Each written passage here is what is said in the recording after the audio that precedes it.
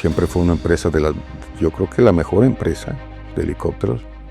Entonces, en esos años habían muchas oportunidades. Yo que recuerde, a mí me tocó un accidente fatal, que a todos nos puede pasar, a todos. Caes en el exceso de confianza y cuidado y no sabes qué pueda pasar. Y la misión más importante del piloto, la más importante, es salir y regresar. Es regresar porque te están esperando. Para llegar a hacer eso, tienes que aprender a hacer las cosas bien.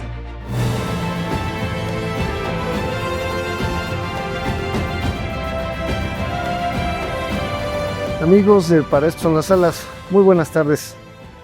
Muy buenas tardes. Estamos ahora en una ocasión especial porque caminamos veredas poco recorridas. En esta ocasión vamos a platicar con una persona que, pues una persona que realmente ejerce una profesión que es poco conocida en nuestro país. Son muchos los llamados, muy pocos los elegidos. Estamos con el capitán Rubén Valdés. Rubén, bienvenido, ¿cómo estás? Mi querido Joaquín, muchas gracias, muy bien. ¿Y tú? Oye, hasta que tuve la oportunidad de estar aquí contigo, muchas gracias. Al contrario, Rubén, muchísimas gracias a ti, muchas gracias por tu tiempo, muchas gracias porque creo que es una plática muy, muy interesante. Es una plática en donde vamos a platicar, amigos, de el vuelo en ala rotativa. El capitán Rubén Valdés es un piloto profesional de helicópteros. Y bueno, hay mucho por conocer. Vamos a descubrir nuevos mundos, vamos a develar historias magníficas, todo lo que ha hecho la historia de la rotativa en México. Pero bueno, estamos en esta serie de platicando con gente notable dentro de la industria aeronáutica de México. Y vamos a ir paso a pasito. Rubén, ¿quién eres? Mi querido amigo, pues mira, yo soy una persona como todos, ¿verdad? Con los mismos sueños, dificultades. Yo nací en Reynosa. Hay una historia atrás porque mi papá es de Morelos, de Cuautla, Morelos, y mi mamá de Nayarit. Entonces se conocieron por ahí en el año, yo creo que 1967. Y mi padre fue piloto también, pero piloto militar. Entonces, pues ya sabes que todos los pilotos andamos con mudanzas, un año aquí, otro año allá. Y yo vine a nacer en Reynosa, realmente conozco poco Reynosa, yo creo que nada más nací. Y a los meses nos fuimos a otro lado, porque así era donde estaba el trabajo, en ese caso de mi papá. ¿Tu padre era el único aviador de su familia? ¿O tenían algún antecedente militar, algún antecedente en la Escuela Militar de Aviación, algo así? Fue el único.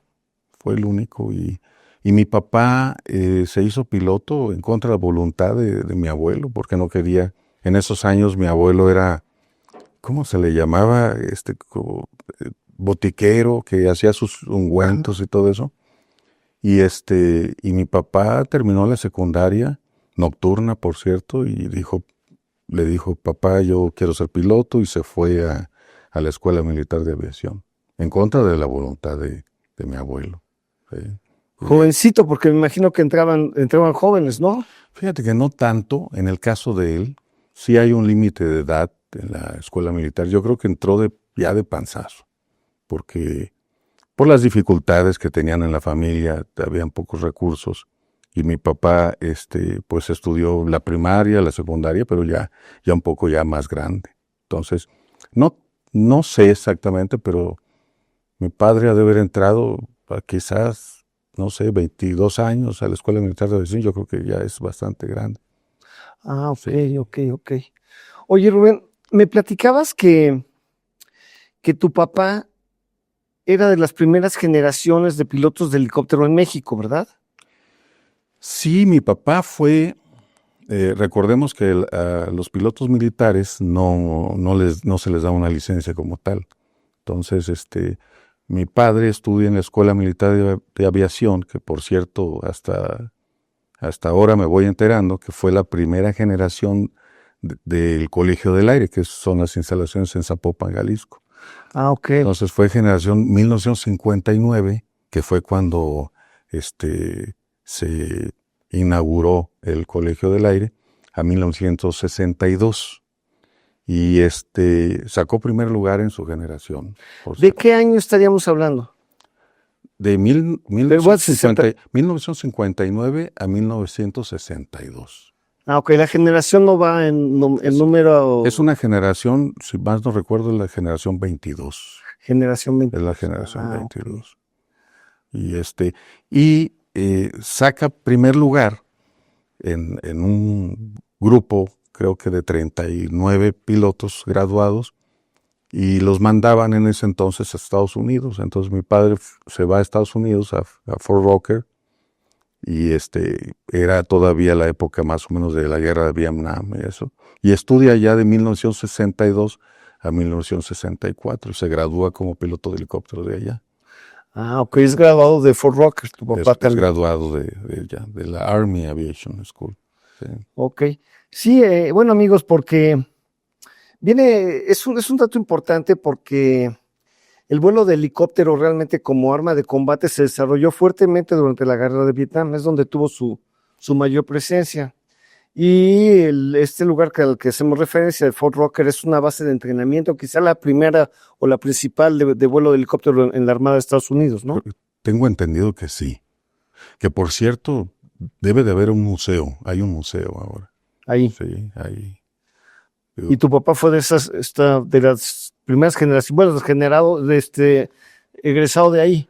De allá no creo que haya, bueno, posiblemente sí de las primeras, por los años, pero ahora platicando en Bell con un instructor de vuelo, me decía, usted debe de ir allá al museo, porque su papá le tocó una buena época. Inclusive dice que todas aquellas cadenitas que nos pues distinguían, ¿te acuerdas? Sí, de certificaciones, ¿no? Dice, hay muchísimas de toda la gente que pues perdió la vida en la guerra y todo. Digo, mi padre nunca fue a la guerra ni nada de eso. Mi padre fue becado por la Fuerza Aérea. Es un asunto importante, amigos, porque, sin hablar de números precisos, vamos a suponer que si el número de pilotos aviadores en México fuera de 20,000, a lo mejor pilotos de helicóptero hay 1,000 o 1,500, o no sé, es una proporción de ese tipo de lo que estamos hablando. En un país de 120 millones de personas que haya 2,500, 2,000 pilotos de helicóptero, pues realmente estamos hablando con una persona especial. Tiene experiencias maravillosas de las que ahora les vamos a platicar aquí. Rubén, hemos abordado el tema de tu papá primero porque, hemos querido empezar por ahí, porque creemos que ha sido una institución, o que fue una institución dentro de esto de los pilotos de helicópteros en México muy reconocido. Pero ¿qué recuerdos tienes tú de tu papá como papá, piloto y hijo piloto? Ahora después de pasada la vida. Tengo recuerdos muy, muy especiales, muy bonitos. Desafortunadamente mi papá se fue muy joven. Yo quedé huérfano de él a los 13 años. Pero sin embargo, los pocos recuerdos que tengo con él, wow, o sea, para mí me han inspirado mucho. Sí, él fue realmente, principalmente mi inspirador. Mi papá, los recuerdos que tengo de él era que sí era muy estricto, era muy cariñoso, tenía esas dos fases, ¿verdad? Que esas cosas no se conocen en el trabajo con nosotros, sus hijos siempre muy cariñoso, pero era muy meticuloso, muy metódico, ¿sí? Mi papá era de los que, me tocó volar con él a un lado, no yo de copiloto, pero era de los que agarraban la lista de check y punto por punto, pero con una paciencia checaba todo, ¿no? Y eso, pues, me lo llevo ya en mi vida profesional. Hay muchas cosas que le aprendí a pesar de no convivir tanto como piloto, sino, pues era mi papá y sabía que se dedicaba a esto de la aviación. Y nos dejó eso, ¿no? No nada más a mí, a mi hermano, tengo un hermano que es piloto también, dos primos hermanos que desafortunadamente ya no están, pero él dejó ese legado bonito. Gracias a él, aquí estamos. aquí estoy. Les dejó turbocina de ala rotativa en las venas a sí, sus muchachos. sí. Oye, Rubén, ¿cómo empezaste? Bueno, pues veo con tristeza que, pues bueno, no tuviste a tu papi, lo perdiste desde muy jovencito, pues un niño de 13 años prácticamente. De algún modo tuviste que caminar solo, bueno, el apoyo de tu mami, de tu familia. Pero cuéntanos, ¿qué pasó? ¿Cómo fue ese crecer sin tu papá? Y luego, ¿cómo fue la fuerza que te hizo hacerte aviador? ¿Qué te inspiró? ¿Qué te llamó? ¿Por qué decidiste? Pues, por supuesto que siempre un padre es una influencia muy importante, ¿no? Tanto el padre como la madre, pero en este caso, pues mi padre fue una influencia, a mí me gustaba desde chico la aviación y todo, pero cuando él se va, él falta, yo estaba alrededor de segundo y secundaria, más o menos, entre primero y segundo, para pasar a segundo y secundaria. Entonces ya todo de repente como que se termina, ¿no? A esa edad no sabes realmente lo que está pasando. Sí, una situación muy, muy complicada, pero gracias a Dios salimos adelante. ¿Verdad? Mi mamá y nosotros como hermanos pudimos salir adelante y eso se volvió como para mí un reto ya, ¿no? Yo decía, inconscientemente, cosa que a lo mejor no es la correcta, pero quería tomar esa posición de mi papá, ¿no? Al faltar mi papá, como que yo me quedaba porque yo era el mayor, pero pues ya fue una fijación así, yo decía, yo quiero ser piloto. O sea, yo me acuerdo que en la preparatoria había una materia en donde todavía te hacen como un test para ver, a ver qué es lo que vas a estudiar, ¿no? Yo decía, no, yo quiero ser piloto, o sea, siempre. Y me lo propuse, claro que no fue el camino, fue complicado, ¿sí? Por la cuestión a veces económica también y todo. Pero pues aquí estoy. Yo creo que cuando algo te gusta y tú tienes un objetivo, pues sabes hacia dónde caminar y todo. A lo mejor hubiera sido un poquito diferente que mi papá me hubiera acompañado en ese proceso. Pero las cosas se dieron así, mi querido amigo. Las cosas se dan diferentes. Rubén, me da mucho gusto escucharlo. ¿Sabes por qué?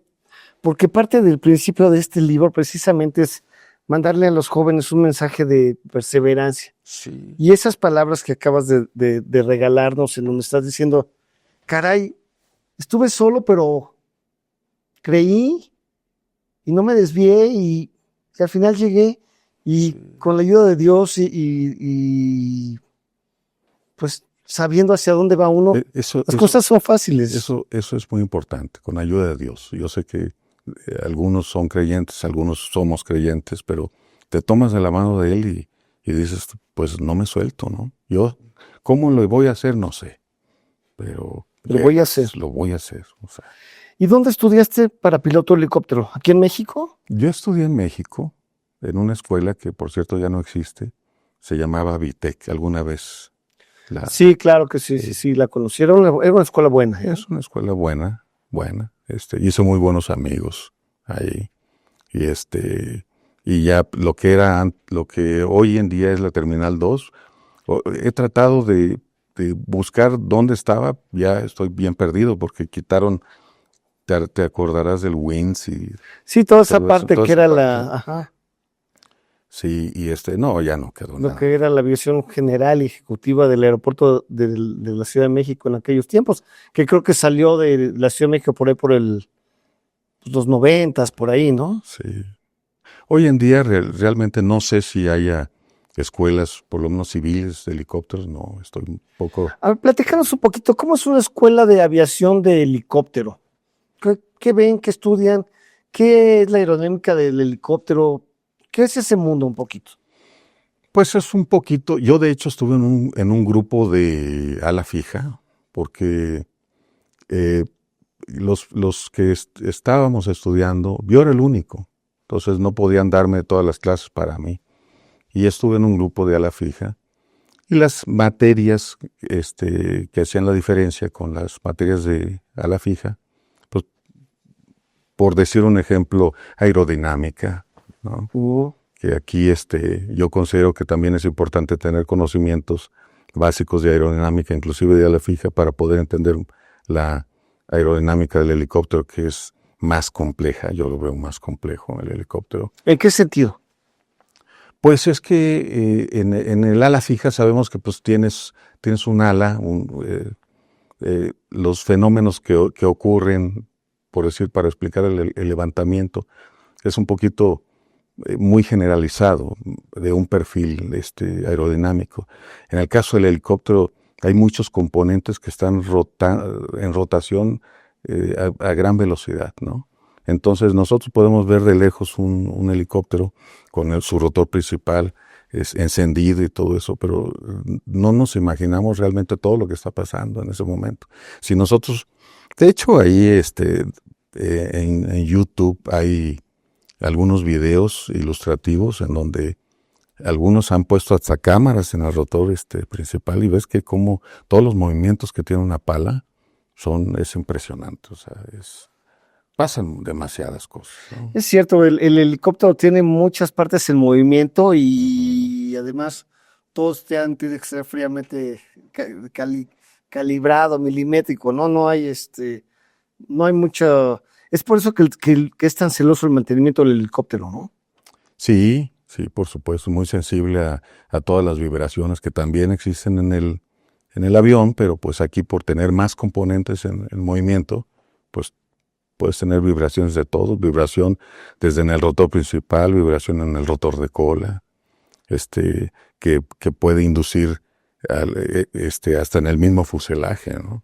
En algunas ocasiones, con el tiempo aprendes a distinguir las diferentes vibraciones, ¿no? A veces hasta en los mismos dientes estás sentado y te vibra todo, ¿no? O a veces abajo, no sé, o en la puerta. Entonces, está interesante. Oye, Rubén, ahora platícame. Entonces, esta escuela de Avitec inicias en un curso de ala fija y de la base de vuelo, ¿dónde era? ¿Qué máquina era? ¿Qué instructores eran? ¿Cómo era esto? Pues eso ya pasó hace muchos años, pero Avitec tenía algunas bases, por ejemplo, en Zihuatanejo y en Ensenada, Baja California. Mi formación fue en la escuela y también tuve oportunidad de volar otros equipos un poquito más grandes, como decíamos coloquialmente, de palomazo, ¿no? Por invitación y todo. Okay. Y logré ir relacionándome también en Ciudad del Carmen, Campeche, que es donde ya una vez terminando la escuela pude trabajar ahí. Okay. Y duré muchos años. ¿Te gradúas como piloto comercial de helicópteros? Sí, te gradúas como piloto comercial de helicóptero, pero también tienes de ala rotativa. De ala rotativa, pero primero es igual, ¿no? En ese entonces, primero te hacías piloto privado de helicóptero. Okay. Y yo tuve la licencia, todavía me acuerdo, 506 de piloto privado de helicóptero. Sí. Mi papá tuvo la licencia. Dato curioso, mi papá tuvo la licencia 53 y yo de piloto comercial de helicóptero tuve la licencia 1052. O sea, prácticamente mil licencias después. ¡Qué barbaridad! Bueno, entonces tú obtuviste tu licencia de piloto comercial de la rotativa y tus inicios fueron en Ciudad del Carmen, Campeche. Sí.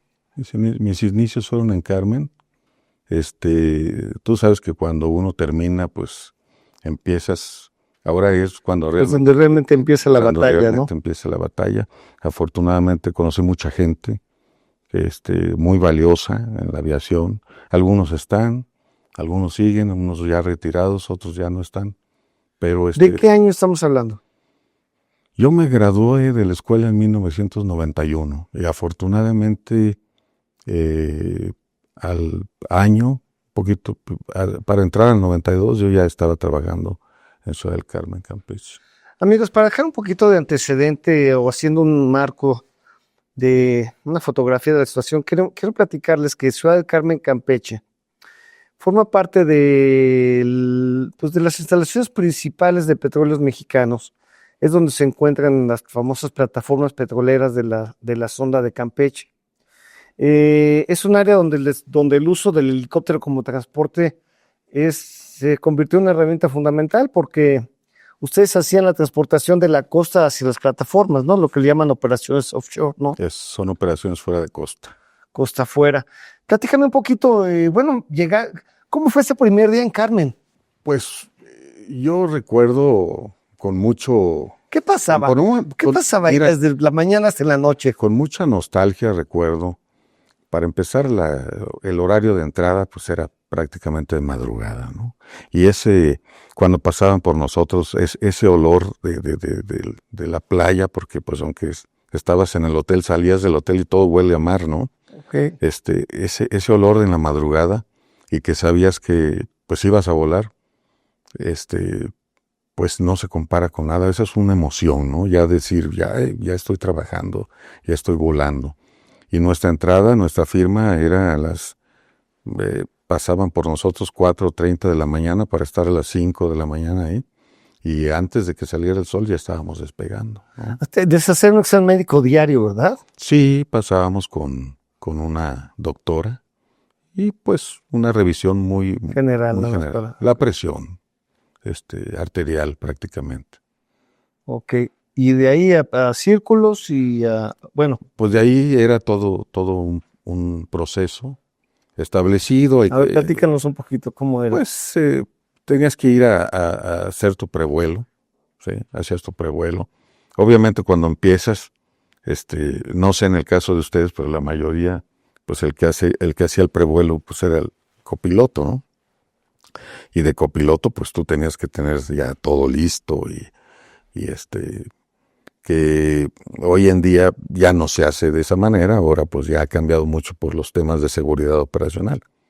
Pero pues en ese entonces el copiloto le tocaba prácticamente hacer todo. Y eran jornadas de trabajo tremendas, ¿no?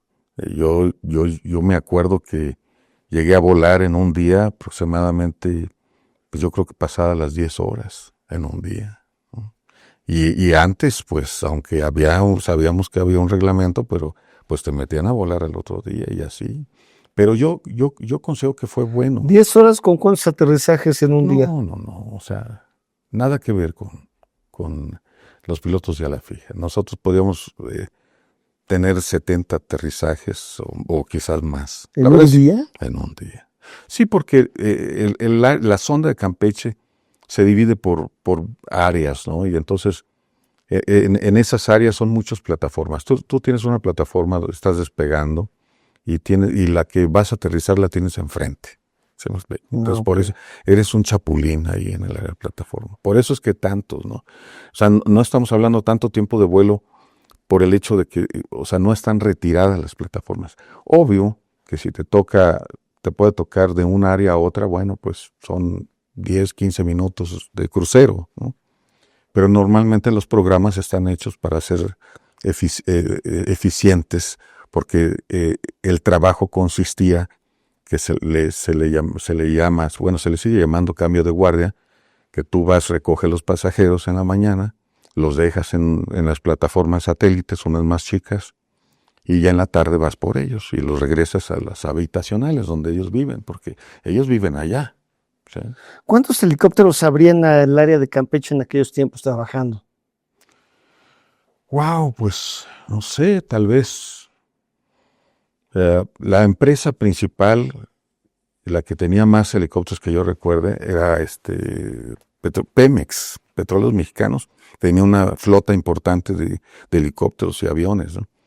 Pero estaban otras empresas y yo creo que tal vez unos 80 o 100 helicópteros, la verdad es que no recuerdo muy bien, pero sí había movimiento. Tal vez más porque Ciudad del Carmen yo creo que era el lugar más importante en el movimiento de operaciones de helicóptero, era Ciudad del Carmen. De hecho siempre lo ha sido. Hoy en día ha bajado mucho las operaciones, pero era una locura de helicópteros. Y además lo más interesante, y digo, pues más riesgoso, digámoslo así, que nunca ha habido un control, pues como debe de haberlo, ¿no? tantos helicópteros operando en un área. ¿Te refieres a un control aéreo, a un sistema de control aéreo? Por supuesto, porque CNEAM nunca ha estado ahí adentro.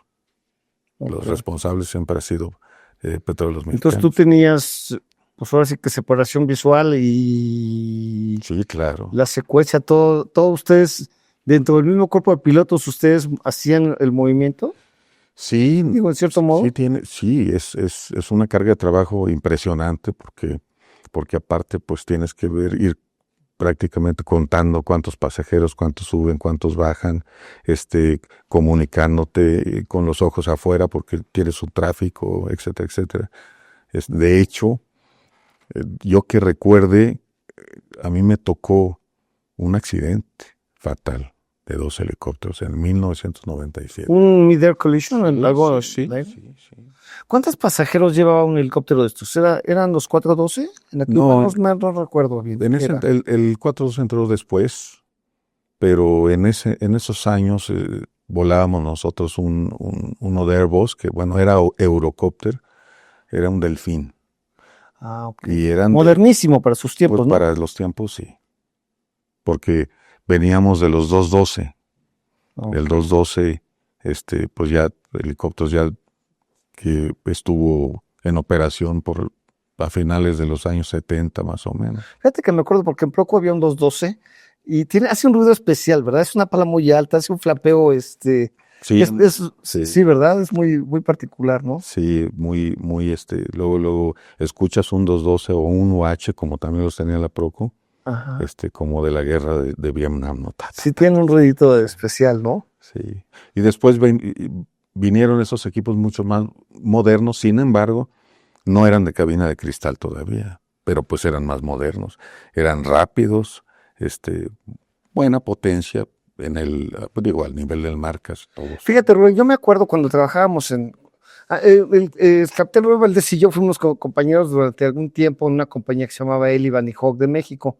Yo volaba un avión y él volaba un helicóptero.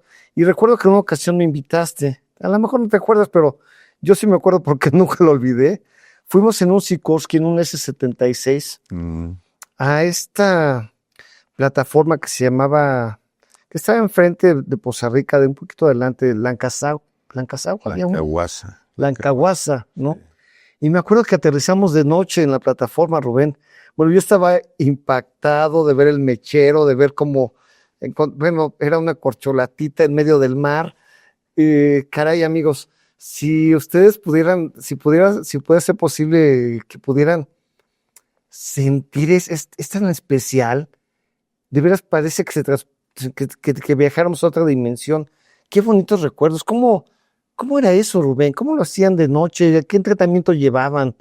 ¿Cómo se desarrollaba esa capacidad? Pues es una operación complicada y para serte sincero, mi querido amigo, había ciertas operaciones que no estaba yo del todo de acuerdo porque no es un vuelo por instrumentos.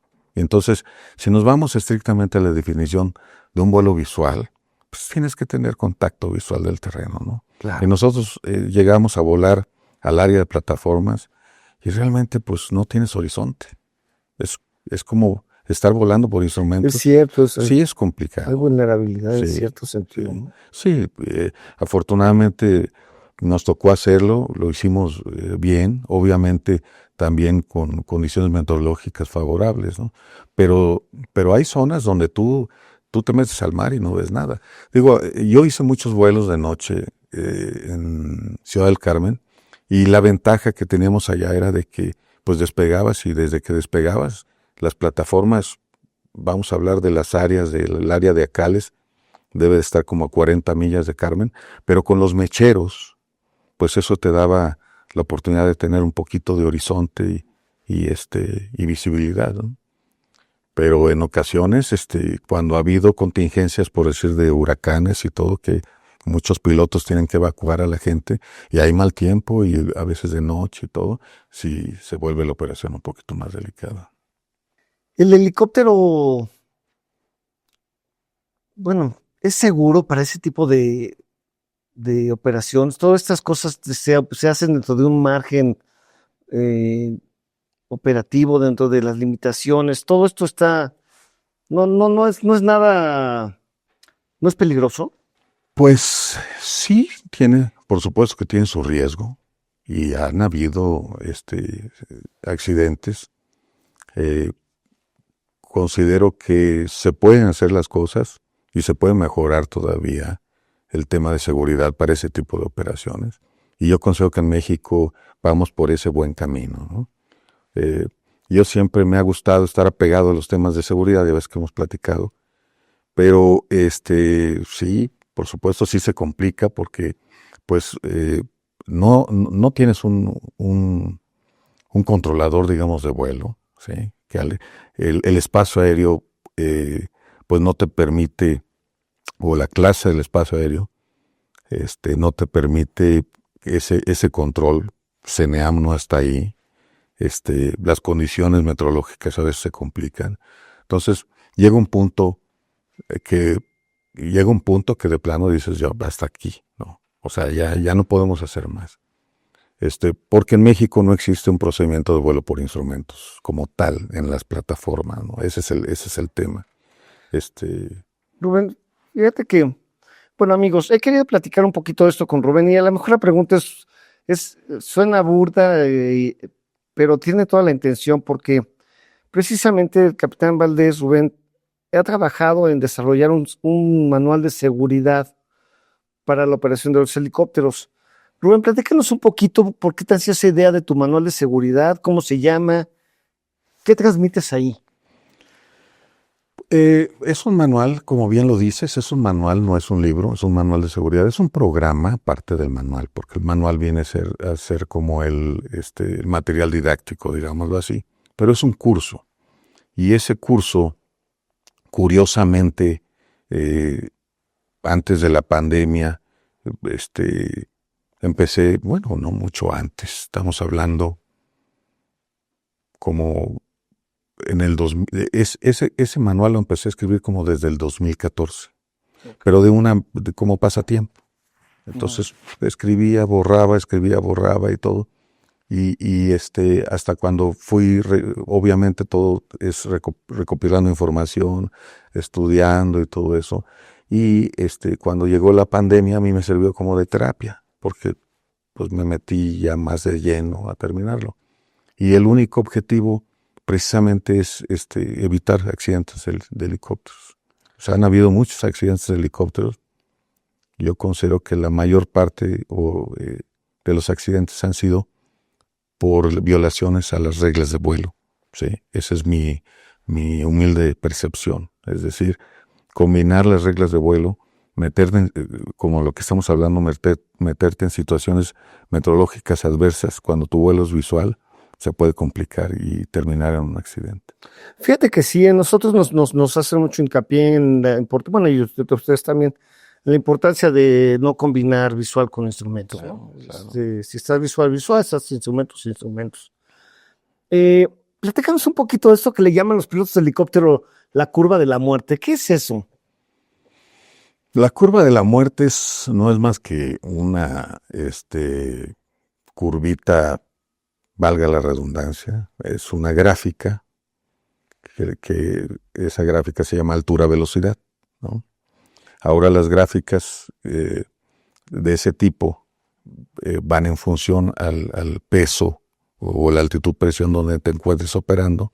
Entre mayor peso y todo eso, antes le decían como la pancita de Toby, ¿no? Imagínate la pancita. Entonces no podíamos estar dentro de la panza, digámoslo así, o de la curva. ¿Por qué? Porque menos velocidad y menos altura, pues estabas en la curva. Entonces okay, tenías que salirte de esa curva para que puedas hacer una maniobra, en ese caso de emergencia, con seguridad, ¿sí? Si a ti te agarran una falla, hablando para los helicópteros monomotores, que de acuerdo a la OASI operan en clase Performance 3, si tienes un paro de motor tienes que efectuar una maniobra de autorrotación, porque los helicópteros no planean. Amigos, es muy interesante esto, es muy interesante. Platícanos un poquito porque, ¿qué pasa cuando se para el motor de un helicóptero, cuando falla el motor de un helicóptero? Platícanos de esta maniobra que le llaman autorrotación. Bueno, el tema es cuando tienes solamente un motor, ¿sí? Cuando tienes solamente un motor, tienes que, es sí o sí, o sea, vas para abajo, ahí no hay de que le voy a pensar. Estamos entrenados para eso, ¿sí? Estamos entrenados, hay entrenamiento en simulador, hay entrenamiento real, donde el instructor se lleva al acelerador a marcha mínima y tienes que hacer la maniobra a diferente altitud y llegar hasta el piso. Entonces, obviamente vas bajando con un cierto régimen de descenso importante y pues cada vez estás viendo. Pero viene planeando el helicóptero, viene flotando, viene en un vuelo descendente. Esto funciona como un reguilete, ¿no? Cuando el rotor principal, cuando tiene potencia, jala el aire de arriba hacia abajo, ¿sí? Y cuando ya no tiene potencia, hay un sistema que se llama unidad de rueda libre, que más o menos funciona como lo de las bicicletas. Cuando vas con la bicicleta Y de repente lo sueltas. y de repente lo sueltas, pero siguen girando. Entonces es algo muy similar. El helicóptero cuando pierde el motor, esa unidad de rueda libre, digámoslo así, se desconecta y entonces el viento, o el aire más bien, fluye de abajo hacia arriba. Y están diseñadas las palas para que siga girando. Entonces aquí lo importante es que el helicóptero llegue con las revoluciones adecuadas, digamos al 100%, para que toda esa energía cinética que tiene el rotor, que sigue girando, aunque no tenga un motor que lo impulse, entonces tú llegas, haces un flare, muy similar como lo hacen los aviones, para que el régimen de descenso, pues para que deje de caer, y ya una vez que nivelas, pues toda esa energía cinética del rotor te va a servir para que te puedas tener incluso un toque muy suave, ¿sí? Y puedas salvarte la vida, a pesar de que no tengas el motor. Ya con los helicópteros bimotores, bueno, pues tienes dos. En ciertas condiciones puedes seguir volando con un solo motor, ¿no? Posiblemente si las condiciones no te permitan que el helicóptero siga volando, por lo menos, digamos que si no puede volar recto y nivelado o ascender, por lo menos vas a tener un descenso más suave, ¿no? Más tiempo para buscar a ver dónde vas a bajar. Es una ventaja de tener dos motores. Rubén, empezaste en Ciudad del Carmen. Ahí te desarrollaste muchos años.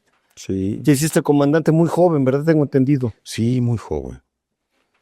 Muy joven. Ya no sé si fue bueno o malo, pero... ¿Qué edad tenías? Yo tenía 23 para los 24 años. Sí. Hiciste comandante de... Comandante de Delfín. De Delfín. Sí, de Delfín. Y hay una anécdota que hace poquito estaba platicando con mi esposa porque tenía un buen amigo, en ese entonces él estaba de copiloto, que era hijo de un comandante de la policía, de los helicópteros de la Policía Federal de Caminos. Y él, si yo estaba flaco, pues él estaba más flaco, ¿no? Entonces llegan los pasajeros y no se querían subir con nosotros. Y, no, pues es el capitán, no. Al final de cuentas sí se subieron, pero yo no me hubiera subido. ¿Sabes qué? Es que, bueno, ya pasado la vida, pasados los años, o sea, pues llegas a un helicóptero y un niño te va a llevar a la plataforma, porque es un niño de 23 años. Sí, pero ¿no? tú no te sientes como pero niño. Pero tú te sientes todo un capitán, sí, ¿no? No, claro, por supuesto, pero tú no lo ves así. Pero la gente que te ve dice, ellos me van a llevar a las plataformas. Sí. Pues, bueno. Pues así es la historia de todos. Oye, ¿qué pasó después? ¿Qué pasó después de plataformas? Pues casi toda mi vida como piloto he estado en plataformas, pero en diferentes lugares. Estuve muchos años ahí, estuve en Tampico también, en plataformas también volando offshore. En Tampico ya entrábamos más a pozos de tierra y todo. Y estuvimos en la PGR, y últimamente he estado ya 12 años en aviación ejecutiva. Entonces, la verdad, he disfrutado y aprendido de todo. El helicóptero es muy versátil y hay muchas, se puede usar para muchas misiones, pero sin embargo, no sé, no me ha llamado mucho la atención algunas misiones, por ejemplo, como gancho de carga y todo eso, en lo particular a mí no me ha llamado mucho la atención. Pero he disfrutado, offshore lo disfruté y ahorita lo estoy disfrutando más. La versión ejecutiva en helicóptero me parece muy versátil, me parece una super herramienta. ¿Qué encontraste en el mundo de la versión ejecutiva de helicóptero? ¿Cómo es? Pues afortunadamente, mira, yo cuando recién entré, yo pensé todo lo contrario en la aviación ejecutiva, porque hay algo que se llama presión operacional y muchas veces lleva ciertos personajes que eh, causan o ellos mismos o inclusive tú puedes meterte una autopresión con tal de cumplir con un vuelo, ¿no? Por la investidura de la persona que llevas atrás, ¿no? Estamos hablando que si llevas un gobernador o si llevas, ha pasado, ¿no? Que existe la presión operacional. En el caso mío, fue un poquito diferente y para mi sorpresa, pues los que me recibieron aquí muy bien, me dieron todo el apoyo, porque yo me presenté así. Yo no soy un piloto que esté haciendo cosas que estoy despegando fuera de los límites de lo que marca el fabricante, etcétera, etcétera. Y afortunadamente me dijeron, no, pues eso es lo que estamos buscando. Entonces, la idea es de que los pasajeros se sientan con esa confianza, ¿no? Que van a salir y van a llegar a su lugar de destino. El piloto tiene la responsabilidad de llevar a los pasajeros, pero también los pasajeros tienen la responsabilidad dentro de la seguridad de la operación, ¿no? También un pasajero que no entienda o que esté pidiendo cosas más allá de las capacidades de la máquina o de las capacidades de la tripulación, acaba convirtiéndose en un factor de riesgo en un vuelo también, ¿no? Pues tenemos la experiencia de accidentes que pues se debieron a eso, ¿no? En donde el pasajero, pues creyendo, pues, o más bien presionando a los pilotos, que porque tengo un compromiso muy importante, que porque esto, porque lo otro, terminan en accidentes. Y el piloto de helicópteros, hay que recordar que el helicóptero principalmente está hecho para volar visual. Y eso si le agregamos que en el área, digamos en México como país, por la orografía que hay, pues hay ciertas zonas que se vuelve complicado.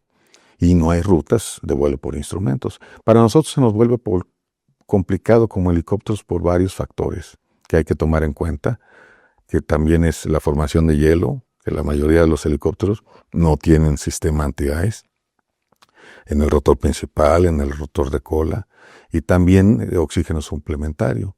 Entonces te restringe más, ¿no?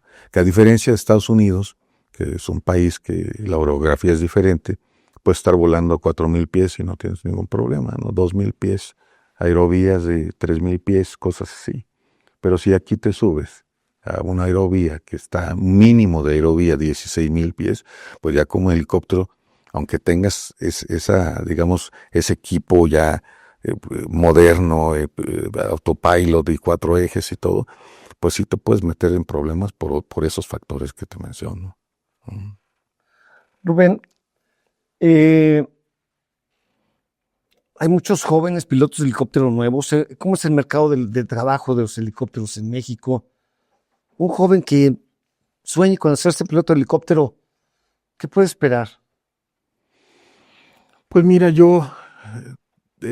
mí me ha tocado vivir algunas épocas y bueno, desde con mi papá, yo te puedo decir que en el caso de transportes aéreos, Pemex, específicamente como Pemex, pasó algo muy similar como lo de Mexicana de Aviación, ¿no?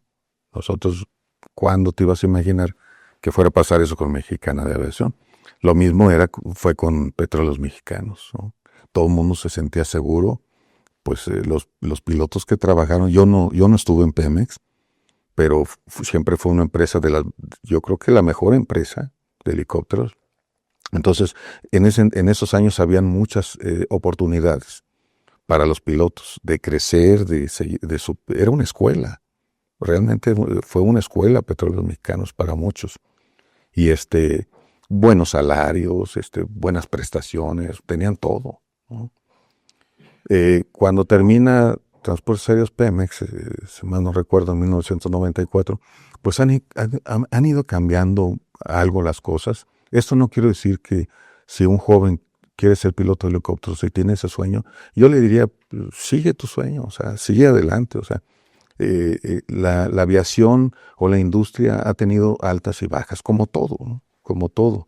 Y ahorita pues hemos estado pasando un tema que considero yo en mi percepción muy personal, a veces por abusos que se han cometido en ciertas administraciones, caemos en un extremo de ya no usar el helicóptero, ¿no? De, de ya no, es que el helicóptero tiene muchas funciones, no nada más es para funcionarios, o sea, es una herramienta de trabajo que se puede usar, no sé, para incendios, tan solo, por ejemplo, el tiempo que te puedes ahorrar cuando hay un traslado de un órgano, ¿no? Imagínate, llega un órgano que hay que trasladar y el avión va a llegar a lo mejor a Toluca y de Toluca traérselo aquí a un hospital. Y la ventaja del helicóptero es que puede tener ya el helicóptero ahí, pues ya está esperando a que llegue el órgano y trasladarlo directamente al hospital. Entonces yo considero que el futuro del mercado, más que un futuro, hacer conciencia de la importancia de lo que se le puede sacar como herramienta a un helicóptero, que puede salvar vidas, ¿sí? Que puedes extinguir un incendio, que de un bosque, sabemos que el planeta o nuestra zona está lleno de bosques y que es un pulmón, realmente algo que nos da vida, que nos da oxígeno, y que si tú usas los helicópteros como debe de ser, apagas el incendio y evitas una tragedia, ¿no? Algo que se va a reforestar, algo que va a tardar muchos años otra vez. Entonces, yo considero que la gente, la que tiene a su cargo en estas administraciones, debería de volver a impulsar eso, de usarlo como herramienta de trabajo, ¿no? Fíjate que es muy importante. Creo que efectivamente el helicóptero es tan versátil que pues, tiene mil funciones, miles de capacidades que efectivamente a lo mejor no han sido explotadas en su debida forma. También creo que el piloto de helicóptero tiene una filosofía muy especial. Creo que, pues, o es la impresión que yo tengo. Fíjate que cuando estuvimos volando para la Procuraduría, pues digo, conviví con muchísimos pilotos de helicóptero, compañeros, amigos mutuos, ¿no? Uh-huh. Y que a las cuales admiramos y respetamos también. Y me acuerdo que todos ellos disfrutaban mucho del vuelo del helicóptero, ¿no? Se siente muy libre, es una máquina, bueno, en aquellos tiempos era una máquina muy acoplada al humano, ¿no? Formaba una extensión, ¿no? Cuando me acuerdo que en algunas ocasiones que me daban ahí también algunos cachuchazos en el helicóptero, me acuerdo que me decían, casi vuélalo con la mente, ¿no? Era tan sensible. Creo que eso es lo complicado de entender la máquina, ¿no? Ese es el proceso más importante, ¿no? Me imagino. Lo que pasa es que el helicóptero, la magia que tiene, por llamarlo así, es que, por ponerte un ejemplo, ¿no? Cuando un piloto de ala fija vuela sus primeras horas, ¿qué sientes cuando agarras un PA-28, un Cessna? O sea, que tú lo llevas realmente, ¿estás de acuerdo? Sí. Que tú lo llevas. Tú creces, vas ascendiendo a otros equipos más grandes o puedes llegar a la aerolínea. En la aerolínea, pues despegas y a los 600 pies, pum, pones el piloto automático, te subes a 30,000 pies o no sé, y ya no tocas nada hasta cuando vas a descender, ¿no? O cuando vas a aterrizar. El vuelo del helicóptero en general, ¿verdad? Porque ya también hay helicópteros automatizados, pero sigues sintiendo eso como cuando tú volabas el Piper, ¿no? O sea, tú sientes el vuelo, tú llevas que lo traes, ¿sí? O sea, lo traes tú.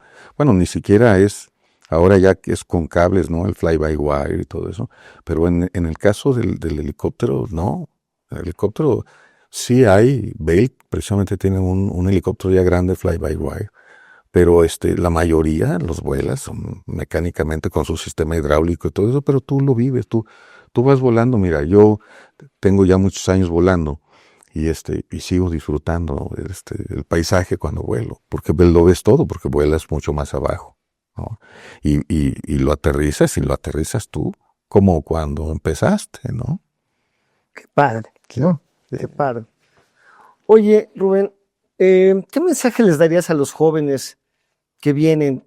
¿Tú sientes que tratamos siempre de hacerla, de llegar a este cuestionamiento, porque se pensaría que en estos tiempos modernos los muchachos no viven la aviación con la pasión que lo vivíamos nosotros? Tú tienes a tu hijo ahorita estudiando aviación, próximamente ya creo que empieza sus bloques de vuelo, Sí, ¿no? sí, sí. Por lo cual de antemano te felicito, de ser, Sí, muy muchas gratificante. Pero, ¿cómo ves a Rubencito con la pasión con la que te veías tú? Sí, sí, al principio tenía mis dudas, ¿eh? Porque tú sabes que siempre hay un riesgo, ¿no? En esta profesión siempre hay riesgos.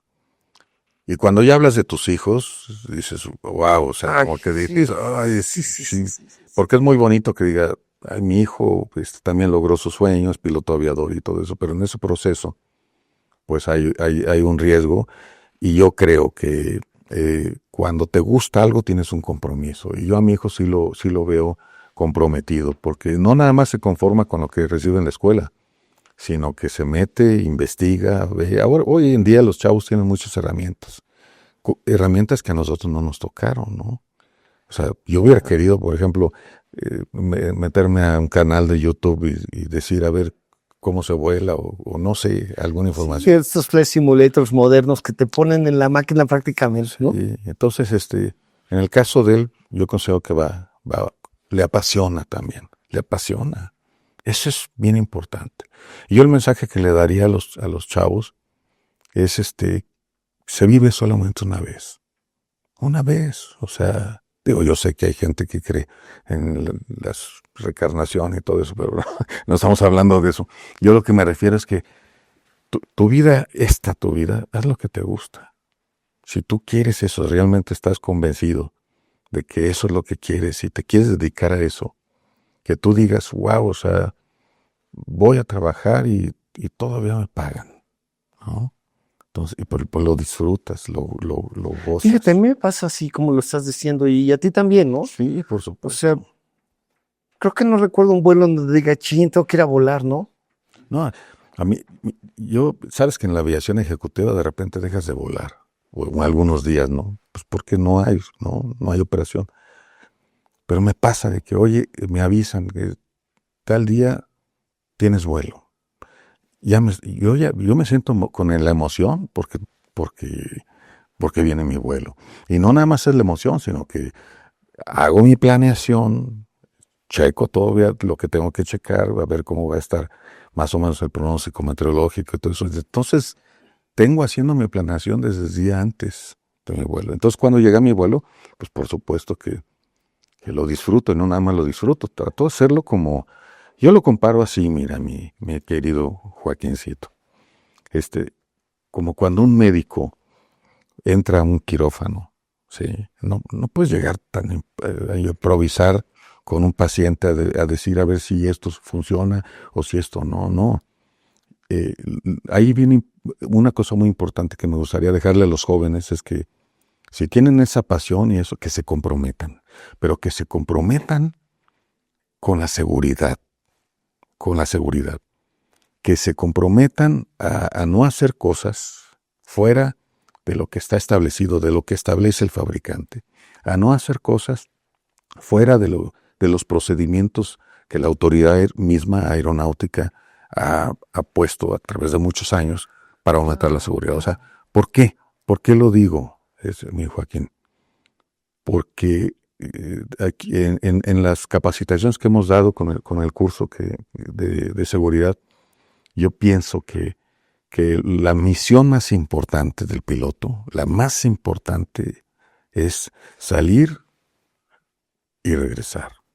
Es decir, que te despides de tu esposa y nos vemos, ¿y qué vas a querer de comer? No, pues esto y todo. Y es muy triste que de repente, muchas veces ni un beso ni nada, se dan y se van y ya no regresan. Entonces la misión más importante es que tú estés consciente que sí, es regresar porque te están esperando. Te están esperando en casa, te está esperando tu esposa, tus niños, tus hijos. Eso es lo más importante, ¿sí? Y para llegar a hacer eso, tienes que aprender a hacer las cosas bien. Hoy en día sabemos que hay accidentes, la mayoría son por factores humanos, ¿sí? Y eso hay que estar súper consciente. Pero para eso, pues, dormir bien, por ejemplo, en cuestión de factores humanos, pues a lo mejor no caer en la automedicación, que todos lo hacemos. No, pienso que sí, se requiere un equilibrio mental, Sí. se requiere una sensatez en todo, ¿no? Sí. No irse, hay que controlar el carácter, hay que controlar los ímpetus, hay que controlar las tentaciones. Creo que sí, es parte también de la disciplina de un aviador. ¿Cuántos años tienes volando, Rubén? Años, tengo 30, yo creo que unos 33 años ya volando. Bueno, suficientes como para poder decir qué es lo que se vive en esto, qué es lo que tiene uno que cuidar, qué es lo que se disfruta, qué es lo que se aprende, pero ¿sabes qué es una lo que cosa? se enseña. ¿Sabes una cosa que creo? Que sí te ayuda, ¿eh? Los años de experiencia y las horas de vuelo sí te ayudan, pero nunca te debes de confiar. O sea, hay algo que también se llama exceso de confianza, entonces no caer en el exceso de confianza. Sí, Ok, amigos. Sí, siempre digo... Consejos que aplican en la vida misma. Pues sí, claro, por supuesto. El que cae que a todos nos puede pasar, ¿eh? A todos. Caes en el exceso de confianza y cuidado y no sabes qué pueda pasar. Es una realidad. Bueno, amigos, de parte son las alas. Te queda mucho por platicar, habrá nuevas oportunidades para tocar cosas, pues más de fondo, conocer un poquito más la vida de la gente de la rotativa. Rubén, por lo pronto, muchas gracias. Hasta la que sigue. Muchas gracias. Muy honrado con tu amistad, con tu cariño. Somos grandes amigos, hemos compartido grandes aventuras.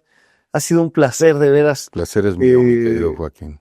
Contar con tu amistad. Muchas gracias, igualmente. Felicidades por tu familia tan bonita, por tu éxito profesional, por todo lo que nos enseñas. Muchas gracias, amigo. Gracias por la invitación. No, al contrario, gracias a ti, Rubén. Gracias, amigos. De por eso son las alas.